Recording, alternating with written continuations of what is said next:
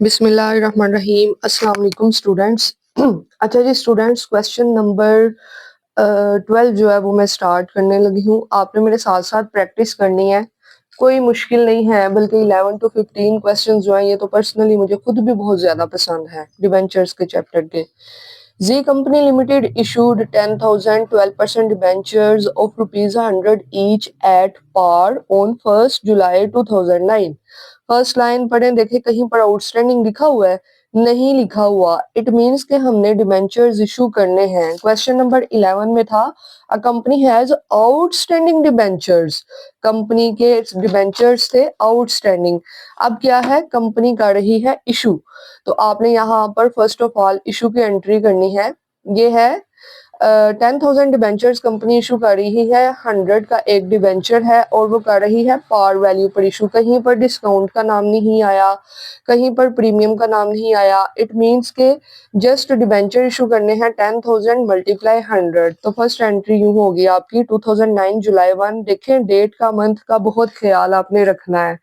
यहाँ पर 1 जनवरी को इशू नहीं हुए, यहाँ पर इशू हुए हैं 1 जुलाई 2009 को। जब इशू हुए हैं तो एंट्री होगी bank account debit, 12% debentures account credit. और 10,000 डिबेंचर्स थे, 100 का एक था, मल्टीप्लाई करें 10 लाख 10 लाख। ठीक है जी। फर्स्ट एंट्री तो सिंपली आपकी यहाँ पर इस तरह से हो जाएगी। ठीक है, उसके बाद देखिएगा interest is payable half yearly that is on 13 June and 31 दिसंबर। साल में 2 दफा इंटरेस्ट पे करती है कंपनी, 30 जून को और 31 दिसंबर को। 2 दफा कंपनी जो है वो इंटरेस्ट पे करती है।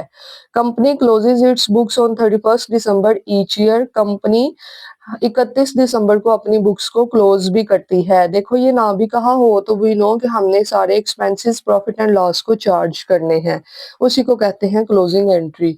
On 31 December 2009 company purchase its own debenture. 31 दिसंबर 2009 जब आया, कंपनी ने परचेज किए हैं ओन डिबेंचर। ओन डिबेंचर होते हैं अपनी मलकियत, ओन अपने जाती, अपने लिए ही परचेज किए debenture. 1 lakh at par as investment. Par value पर परचेज किए हैं कंपनी ने इन्वेस्टमेंट के तौर पर। देखो मैंने आपको एक बात कही थी, जब भी मुकर्ररा वक्त आ जाएगा तब वादा निभाना होगा। आ गया है वक्त 31 दिसंबर 2009। हर 31 दिसंबर को कंपनी ने क्या पे करना है, इंटरेस्ट। जब इंटरेस्ट पे करना है तो सबसे पहले हमने इंटरेस्ट की एंट्री कर देनी है। ठीक है, तो यहाँ पर अब हम इंटरेस्ट की एंट्री करेंगे। पहले तो वर्किंग करेंगे। हमेशा याद रखिएगा इंटरेस्ट की एंट्री से पहले होगी वर्किंग। वर्किंग कैसे होगी, calculation for interest on 31 December 2009। Black pointer marker किसी से भी प्यारी सी हेडिंग इस तरह से दे लीजिए। उसके बाद कंपनी ने कितने डिबेंचर्स इशू किए थे, 10 लाख के। ऐसे ही है ना। इंटरेस्ट कितना है, 12% डिबेंचर्स हैं, 12%। और कंपनी ने वो डिबेंचर कब इशू किए थे, 1 जुलाई को। 1 जुलाई से 31 दिसंबर कितने माह बनते हैं, काउंट कर लें। जुलाई शामिल होगा क्योंकि 1 जुलाई है, जुलाई का पूरा मंथ शामिल होगा। तो ये देखें, जुलाई, अगस्त, सितंबर, अक्टूबर, नवंबर, दिसंबर, पूरे के पूरे कितने बन रहे हैं, 6 माह। ठीक है, देखो मुश्किल नहीं है, मुश्किल समझोगे तो मुश्किल लगेगा। ठीक है, अगर इंटरेस्ट लेकर करोगे मेरे साथ प्रैक्टिस तो ये मुश्किल नहीं है, यकीन करें ये मुश्किल नहीं है। मैंने आपको करवाने से पहले कोई सोल्यूशन नहीं देखा, मैंने आपको करवाने से पहले कोई प्रैक्टिस नहीं की, मैं डायरेक्ट आपको करवा रही हूँ। और आई थिंक ये मैं कोई 2 ढाई 3 साल के बाद या इससे ज्यादा अरसा हो गया है, उसके बाद मैं ये चैप्टर करवा रही हूँ। मुझे इसको रिवाइज करने की जरूरत नहीं पड़ी। और यकीन करें मैं कोई लायक फाइक बंदी नहीं हूँ, मैं एक बहुत एवरेज समझ लें। ठीक है, अगर मुझे जरूरत नहीं पड़ी रिवाइज करने की इतनी प्रैक्टिस के बाद, तो आपको जरूरत कैसे पड़ सकती है रिवाइज करने की अगर आपने प्रैक्टिस की होगी तो। ठीक है, ये बात सिर्फ मैं आपको मोटिवेट करने के लिए करती हूँ कि इसमें इंटरेस्ट लें। ये कोई इतनी मुश्किल चीज नहीं है। जो जो आपने करियर, जो लाइन चूज कर ली है, उसको अपना 100% दें। अदरवाइज आपने क्यों कॉमर्स ज्वाइन किया, आपने क्यों अकाउंटिंग को चूज किया। अगर आपने चूज कर लिया है, कहते हैं कि जब इंतखाब कर लो तो उस पर अपना 100% दो। चाहे वो कोई रिश्ता है, चाहे वो सब्जेक्ट है, कोई करियर है, कुछ भी है। आपने एक चीज को चूज कर लिया है, उसको फिर दिल से एक्सेप्ट करें। ठीक है। ऐसे टाइम पास करेंगे तो क्या होगा, एट द एंड आपके ग्रेड्स बुरे आएंगे, आपकी डिग्री के ऊपर टैग लगेगा जो भी आप करोगे। अच्छा रिजल्ट लोगे तो आने वाली नस्लों को, आने वाले अपने जो भी फ्रेंड्स हैं, आने वाले जो भी होंगे आपकी लाइफ में, आप उनको बड़े प्राउडली दिखाओगे तो देखो जी मेरी डिग्री, देखो मेरा रिजल्ट, मेरा अकाउंटिंग का रिजल्ट तो देखो। ठीक है। तो ये चीज है कि आपने अपने लिए खुद ही करना है जो करना है। मैंने या किसी ने भी लाइफ टाइम आपके साथ नहीं रहना। 60,000 आपकी डिग्री ने रहना है, आपके स्किल्स ने रहना है, आपके नॉलेज ने रहना है। अच्छा जी, ये अब आप इंटरेस्ट की एंट्री कर दें। इंटरेस्ट की एंट्री क्या होती है, interest on debenture account debit, यू ही होती है ना, कर दे। Interest on debenture account debit, bank account credit, being interest paid, interest paid कितना, इधर गन मारने की, वर्किंग करने की जरूरत ही नहीं है। जब हमने यहाँ पर कर ली हुई है वर्किंग तो ये आ जाएगा 60,000 हमारा इंटरेस्ट। उसके बाद सेम इसी डेट को 31 दिसंबर 2009 को ही क्या हुआ था, कंपनी ने ओन डिबेंचर खरीद लिए थे एज पार एज इन्वेस्टमेंट, इन्वेस्टमेंट के तौर पर। देखो ये जो ओन डिबेंचर होते हैं ना, ये कंपनी अपने लिए खरीदती है, ये कंपनी का एसेट होते हैं, याद रखिएगा, ओन डिबेंचर कंपनी का एसेट होते हैं। ठीक है। तो ओन डिबेंचर क्योंकि एसेट है, खरीदे हैं, आ रहे हैं कंपनी के पास डिबेंचर, तो ओन डिबेंचर हो जाएंगे debit, own debentures account debit, ये कंपनी का एसेट है।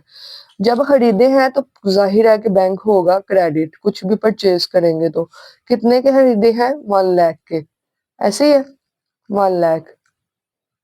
ओके जी, अब यहाँ पर लिखेंगे being own debenture, own debentures purchased, company ने खरीदे हैं ओन डिबेंचर्स। यहाँ पर ये बात खत्म हो गई। अब देखें आगे क्या लिखा हुआ है, on 31 December 2010 it further purchase 1000 own debenture at ₹98 each. देखो 31 दिसंबर 2010 तक जाने से पहले, अभी हमने लास्ट एंट्री कौन सी की है, 31 दिसंबर 2009, 2010 के दिसंबर तक जाने से पहले रास्ते में जून भी पड़ता है, क्योंकि कंपनी ने हर 6 माह के बाद इंटरेस्ट पे करना है, तो फिर रास्ते में क्या पड़ेगा, जून 2010 आएगा ना, जून। लेकिन जून 2010 आने से पहले इसी डेट को 31 दिसंबर 2009 को एक होगी क्लोजिंग एंट्री। जब भी साल एंड होना है हमने करनी है closing entry, profit and loss account debit, और यहाँ पर सिर्फ एक इंटरेस्ट आया हुआ है, interest on debentures account credit, interest on debentures पूरा लिख लीजिएगा, अकाउंट क्रेडिट कितने से, 60,000। ये कर दी हमने क्लोजिंग एंट्री, और यहाँ पर लिखेंगे बीइंग क्या, एक्सपेंस ट्रांसफर टू, सिंपल मैं लिख दूंगी, या interest on debentures transferred to, इस तरह आप लिख सकते हैं। ट्रांसफर टू किसको ट्रांसफर किए हैं, profit and loss account. Okay जी, ये हो गया। अब आएगी बात 2010 जून 30 की, उसने तो डायरेक्ट एंट्री की हुई है 31 दिसंबर 2010 की, नेक्स्ट ऑन 31 दिसंबर 2010, लेकिन हमने दिसंबर तक जाने से पहले पहले आएगा यहाँ पर जून भी आएगा। ठीक है। अब देखें, अब यहाँ पर जरा समझने वाली बात है, कैलकुलेशन फॉर इंटरेस्ट लिख लें, कैलकुलेशन फॉर इंटरेस्ट ऑन कब, 30 जून 2010।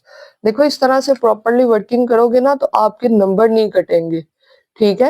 हर चीज वर्किंग करके आपने एक्सप्लेन की हुई है कि मैंने इंटरेस्ट को किस तरह से कैलकुलेट किया है, एक्स इंटरेस्ट कैसे किया है, मैंने कम इंटरेस्ट कैसे किया है, आपके पास हर चीज की वर्किंग है, कोई आपके मार्क्स कट नहीं कर सकता।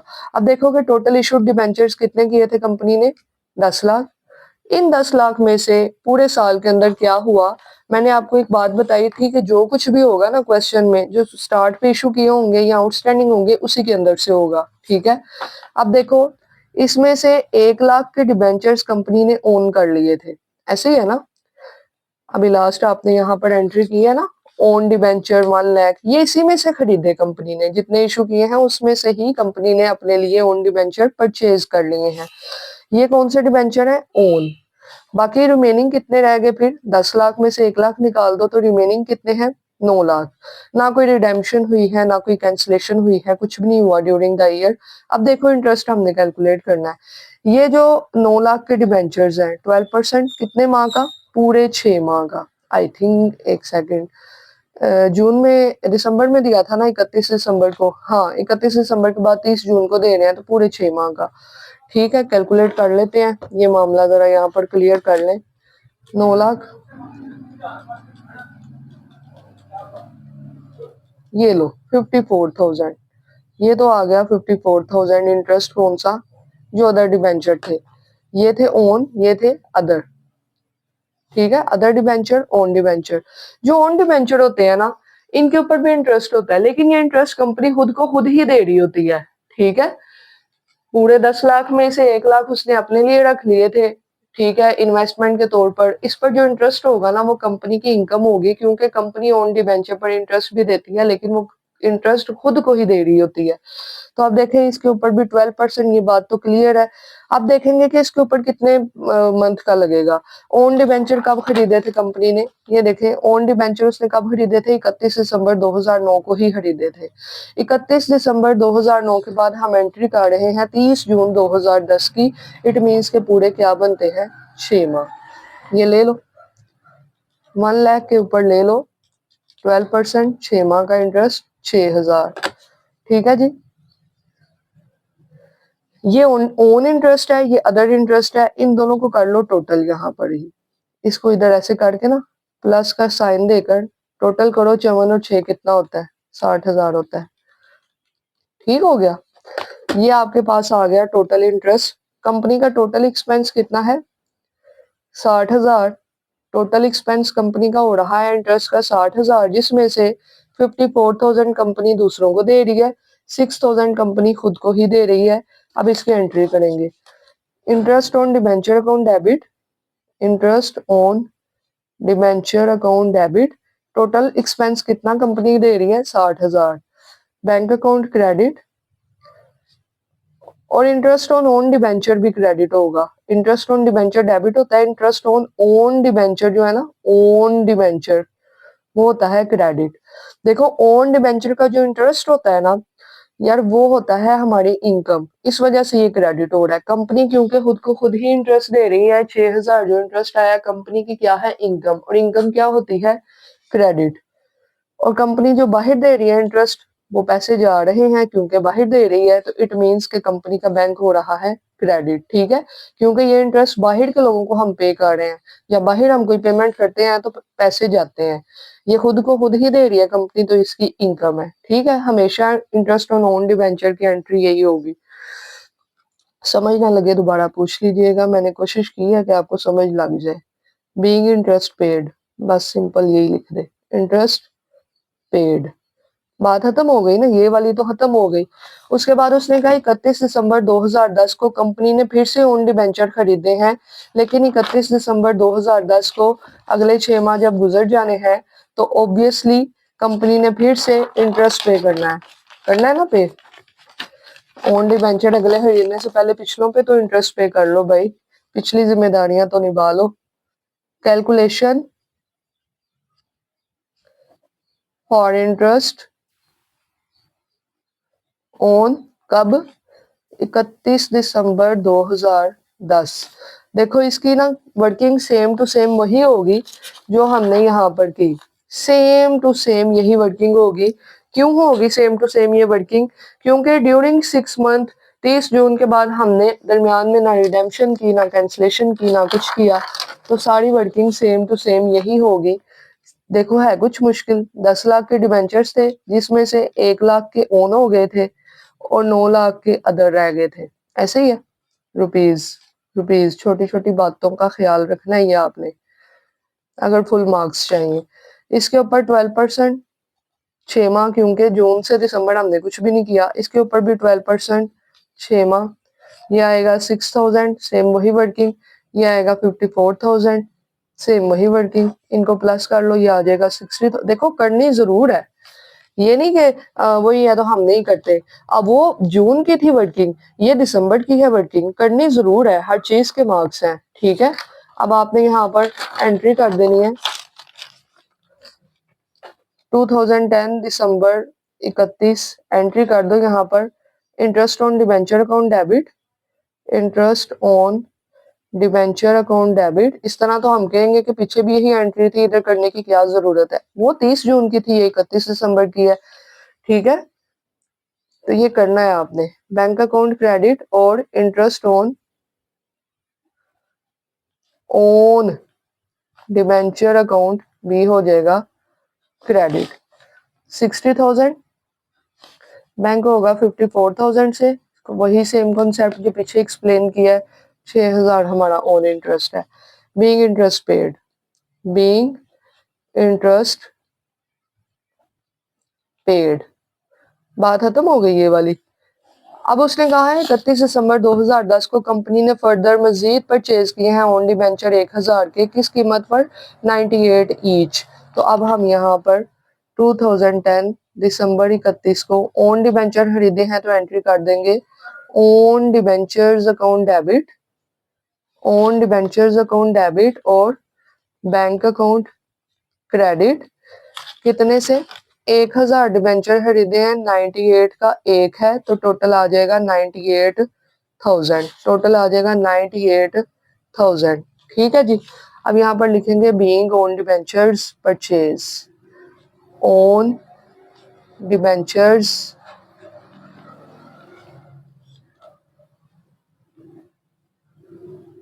परचेज, फर्दर खरीदे। फिर इसी डेट को क्लोजिंग एंट्रीज होंगी, याद रखिएगा, पेपर में भूलना जाइएगा, ये ना कहिएगा कि सवाल खत्म हो गया गलमुखी। आपको क्लोजिंग एंट्रीज करनी पड़ेंगी। Prepare the necessary journal entries in the books of a company up to 31 December 2010। बस हमने यही करनी थी एंट्रीज। अब क्या होगा क्लोजिंग एंट्रीज, देखो 2009 तक हम क्लोजिंग एंट्री कर चुके थे। अब इसके बाद की कहानी, interest on debenture, interest on debenture ये किसको चार्ज होते हैं, यहाँ पर लिखेंगे हम profit and loss account debit, profit and loss account debit ये भी, और यहाँ पर क्रेडिट हो जाएगा interest on debenture, interest on debentures पूरा लिख लीजिएगा अकाउंट क्रेडिट। देखो कितना इंटरेस्ट था 60,000, यही था ना यहाँ पर कितना है 60,000, 60 और 60 1,20, 1,20,000 से एंट्री होगी। और इसकी नरेशन वही है, बीइंग एक्सपेंस ट्रांसफर टू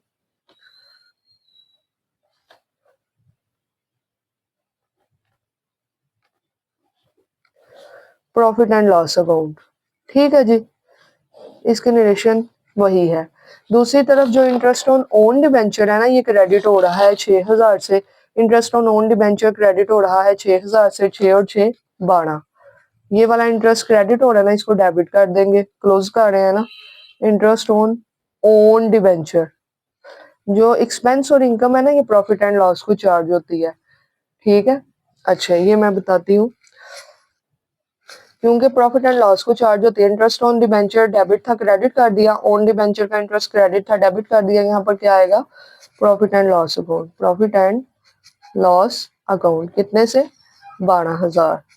तो यहाँ पर लिख दें बीइंग, वो एक्सपेंस ट्रांसफर किया, ये रेवेन्यू, रेवेन्यू या income, revenue transfer to, revenue है हमारा, ऑन डिबेंचर का इंटरेस्ट, ये भी प्रॉफिट लॉस को चार्ज करेंगे, transfer to profit and loss account. और ये था आपका क्वेश्चन नंबर 12 जो हमने कर लिया, ठीक है। होपफुली कि आपको अच्छे से समझ लग गई होगी, अगर फिर भी समझ ना लगे तो आप पूछ सकते हैं, अपना कॉन्सेप्ट क्लियर कर सकते हैं, ठीक है।